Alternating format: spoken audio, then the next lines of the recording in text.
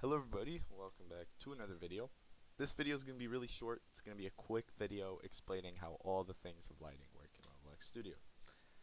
This has nothing to do with my previous videos with cars. This is all just going to be how to make your game look the best possible. Alright? So the first thing I'd recommend doing is going over to your lighting and just taking in what all these different things mean. So with the ambience, you always want to make it 25, 25, 25 for the most realistic looking color in my opinion. And brightness, this will control the brightness of the game as you can see. So if I mess around with the slider, as you can see, the higher it gets, the more bright, and the lower I get, the less bright. So I'm going to keep that at 1.5. Sometimes I do 0 for showcases, so we could try 0 right now. And color shift bottom, I never really mess with that. I only do the top, and at top I usually have 10, 10, 10. I never mess with the diffuse scales. I just don't see a need to do them.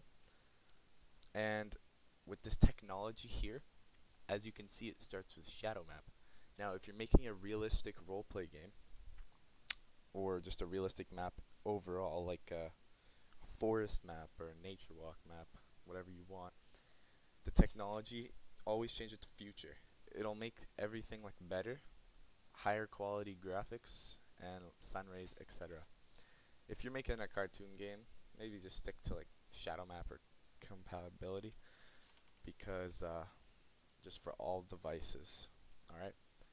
Now under lighting, you'll also have the clock time. As you can see, as I adjust the slider, the moon comes up and it goes back down. The sunset to me is the best looking one. It just looks beautiful. And geographic latitude controls where the sun is. So if I make it 40, sun's over here. And if I adjust it, see it, sun starts moving. Keep it there, 78. Alright. Time of day, I do 20 a lot, but you can just keep it at 17. I'd try 17 because 17.3 to like 17.8 keeps some sun in your pictures unless you want night.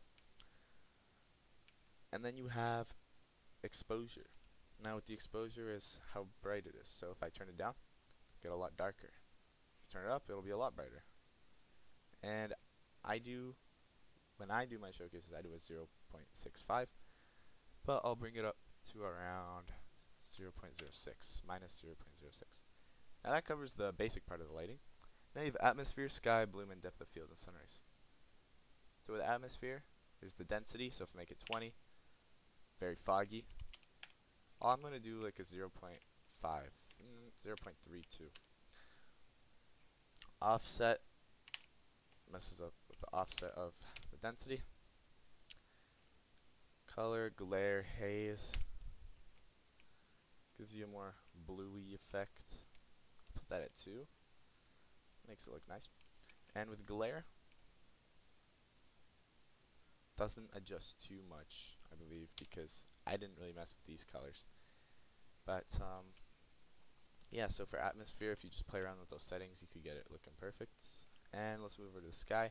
This just changes the size of, let's just say, the moon, for example. If I make this 5, moon's a lot smaller. I'll make the sun 9.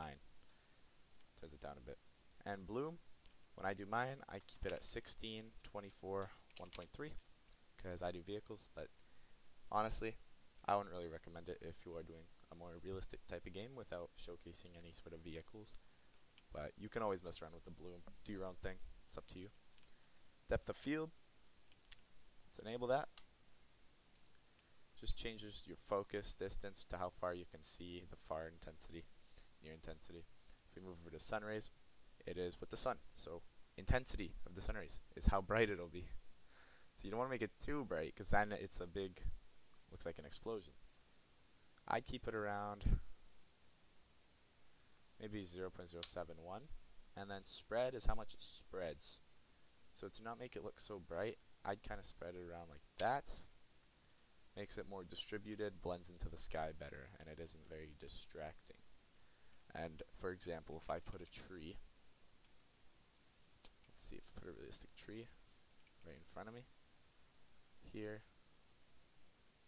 duplicate it 3 times like this, As you can see, the rays go around the trees as I move around, which is nice and adds a lot of realism to your game. So that covers almost everything. I'm gonna try skyboxes now. So with skyboxes, you want to get a nice one. You don't need them necessarily, but I'm just gonna try Jungle Rock. Let's see what I get here. Jungle Rock skybox. Seems to be none. I'll do skybox, and you get a forest skybox. As you can see, you have a forest in the distance.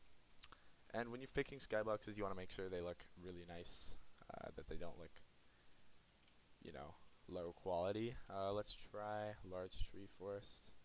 See, for example, things like these, they aren't the highest quality, so I wouldn't recommend those. But if you try the classic skybox, just adds some clouds to your game, makes it look a whole lot better. So with that, that covers everything about lighting that you guys should look out for and to maximize your lighting settings. So if you guys have any questions, just comment them down below or join my Discord with the link in the description. Hope you guys have a good day.